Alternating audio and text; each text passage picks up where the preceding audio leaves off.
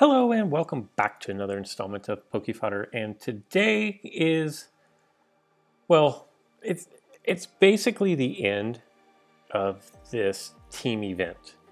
And I think the general consensus of the team event is nobody really gets it or understands it, but everybody knows that Charizard is going to win. If we look at the most recent standings, you will see that Charizard has just over 20 million points. My team, Venusaur, is hanging back here at 8.83 million with Blastoise at just over 11 million. More importantly, if you look at the win percentage, Team Blastoise at almost 52% win is actually pretty good, I guess.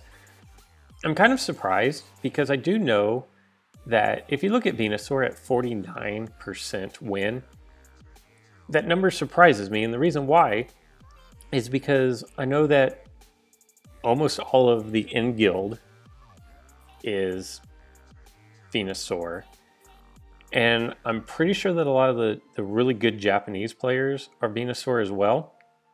But the win total's super low. I don't really understand how or why. And honestly, I don't even know what the purpose of the team event was. I kind of wish that now that we see this, I kind of wish that there was an element on here where it would say Venusaur versus Charizard win percentage, Venusaur versus Blastoise win percentage, and Charizard versus Blastoise win percentage. I think that would be nice to see. If we look at this, it only has a few hours left. It ends on the 22nd at basically 8 a.m. UTC, and then you have until the 25th in order to claim your prize. I don't know.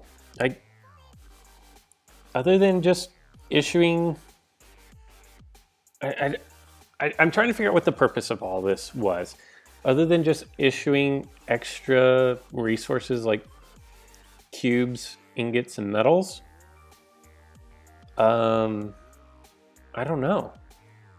If I go and look at my standings, we will see that overall I'm not doing well. And even within my own tribe, I'm not doing well. Yeah, it is what it is. But and here's the thing, because it's so skewed, and from the get-go, Charizard was gonna win. Like, I don't even care that I'm not doing great. All that really matters is that I'm 46 points away from reaching the Rare Metal EX, which is nice to have. I've got several of them, but they're nice to have. If I ever get to a point where I have gold surplus, it will be really nice to have all of the Rare Metal. But one thing that I went back and rewatched my video from yesterday a couple of times, and even after reading the comments, and then some of you on Discord have reached out to me, just on DM, have asked me to do more videos where I play normal and then go back and voice over. And I will say that having watched the videos a couple of times, that it's not that the commentary was all that great. In fact, I kind of feel like the commentary was pretty lackluster, simply because when I recorded it to when I actually went back and voiced over, I'd forgotten a lot of the match. And it's really hard to recreate my mindset hours later when I've had time to do other things, and then I'm not thinking about Pokemon Duel, and then come back into the mindset of, okay, well, what was I thinking? The flip side of that coin is, a lot of you have reached out and said that the gameplay was significantly better by doing it the way that I did, not trying to commentate. So what I think I'm going to do for a little while is I'm going to try to switch things up a bit. I'm going to jump into a league match. I need to get my keys. If I look at my daily missions, I have to play 2 and then I have to win 2, which quite honestly could take all day, or it could be the first 2 I play, but nonetheless I need to unlock this lock booster. But what I'm going to try for the next few videos is do a live commentary like I am now, but then stop the live commentary, play for real, and then come back and voice over. Because I want people to, you know, a lot of you that watch are really good at the game already.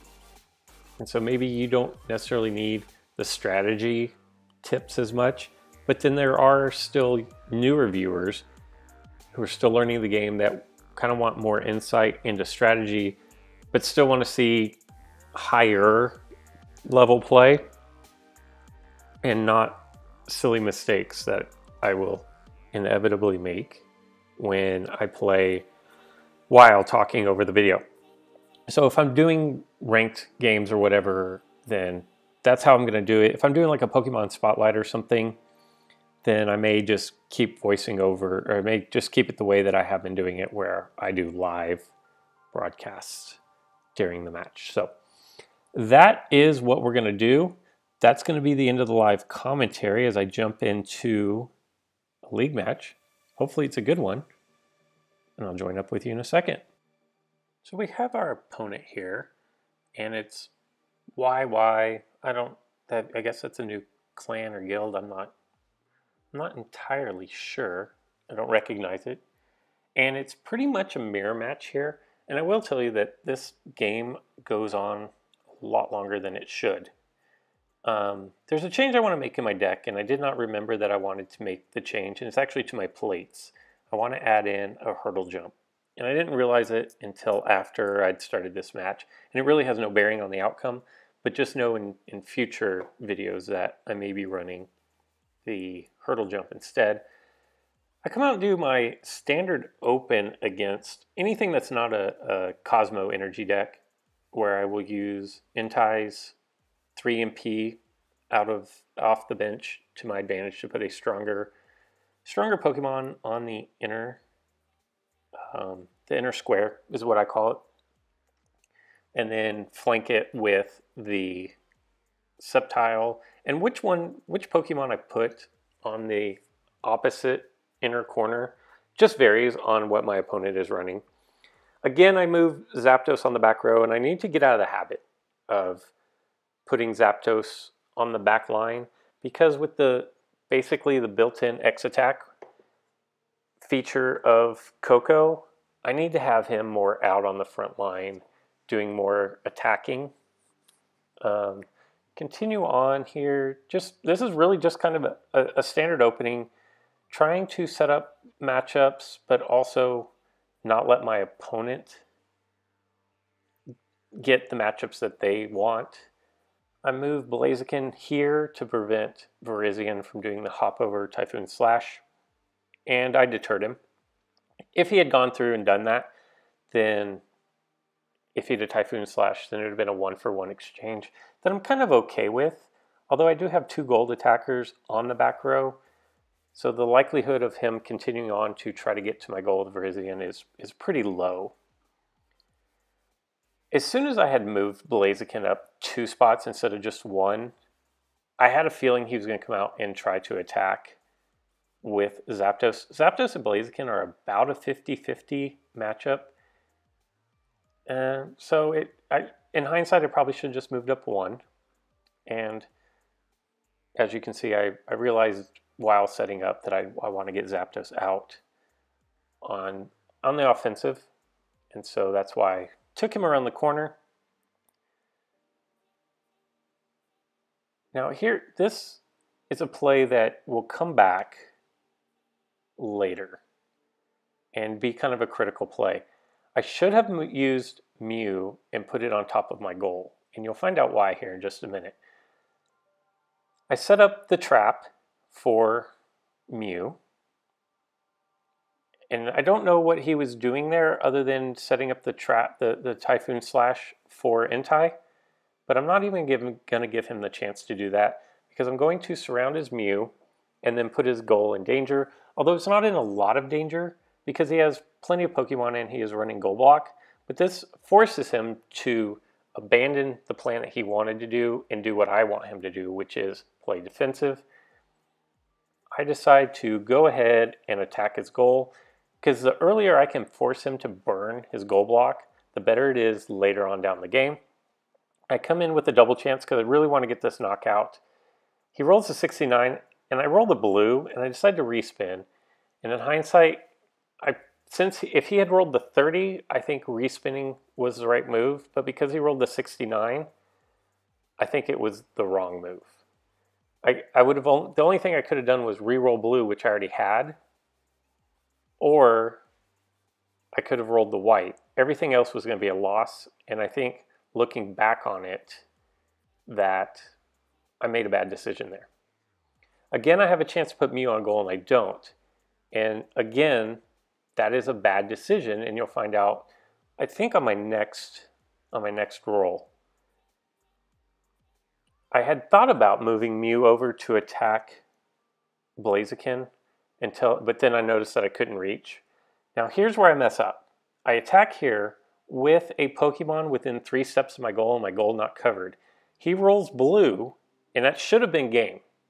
He should have banished his own Pokemon there, given Blaziken the 3 MP Ghost, and taken my goal. And that would have been a good game right there. Instead, he misses that and surrounds. But that's something that you want to keep in mind. If you are going against a deck that has Coco in it, and you don't have a Pokemon sitting on your goal, then you probably don't want to attack. And I think that's the most important thing coming out of this video is the game should already be over. Like I should be done.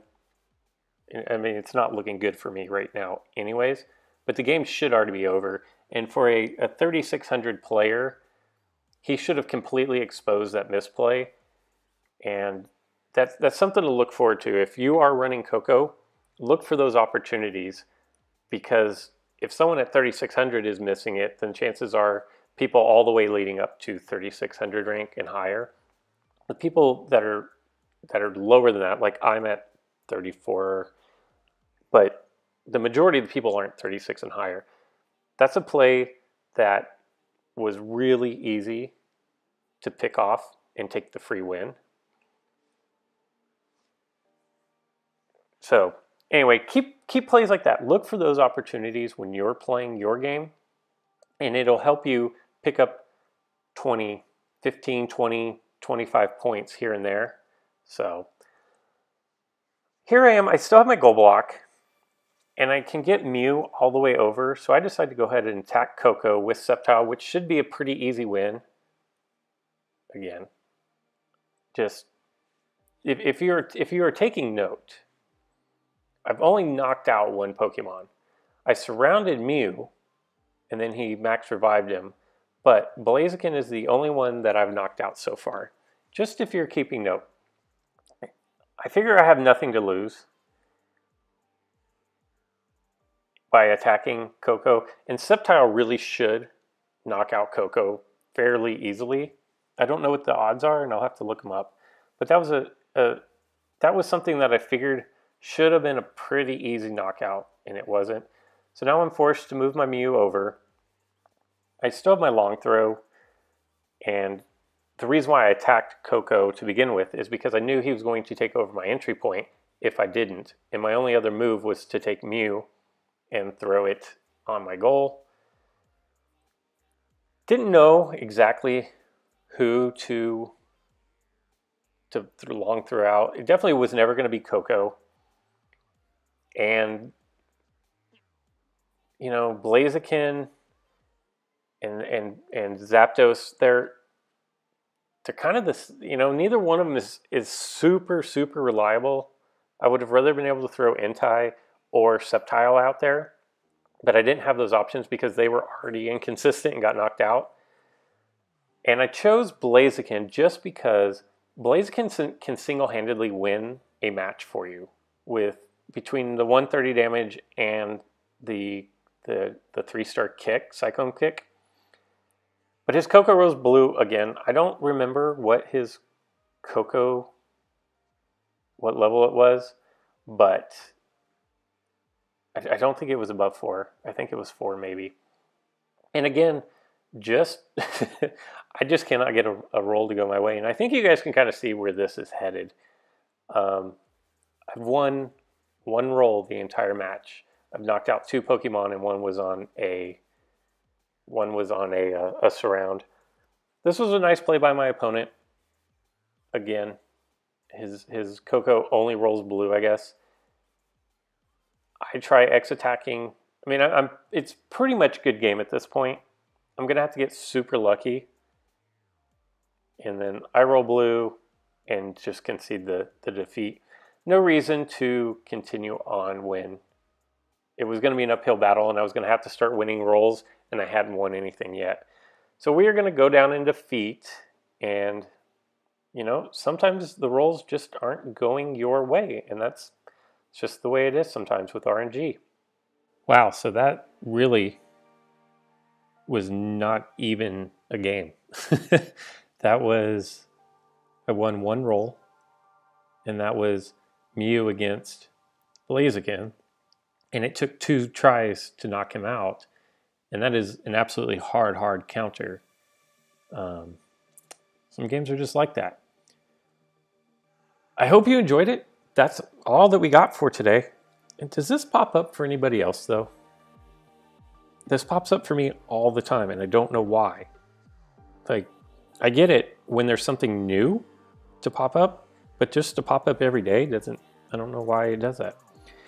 So that's going to do it for today's video. Tomorrow, I believe, is the first day of the autumn solstice in the northern hemisphere. In your southern hemisphere, I think that's the spring solstice. So happy new season, and until next time.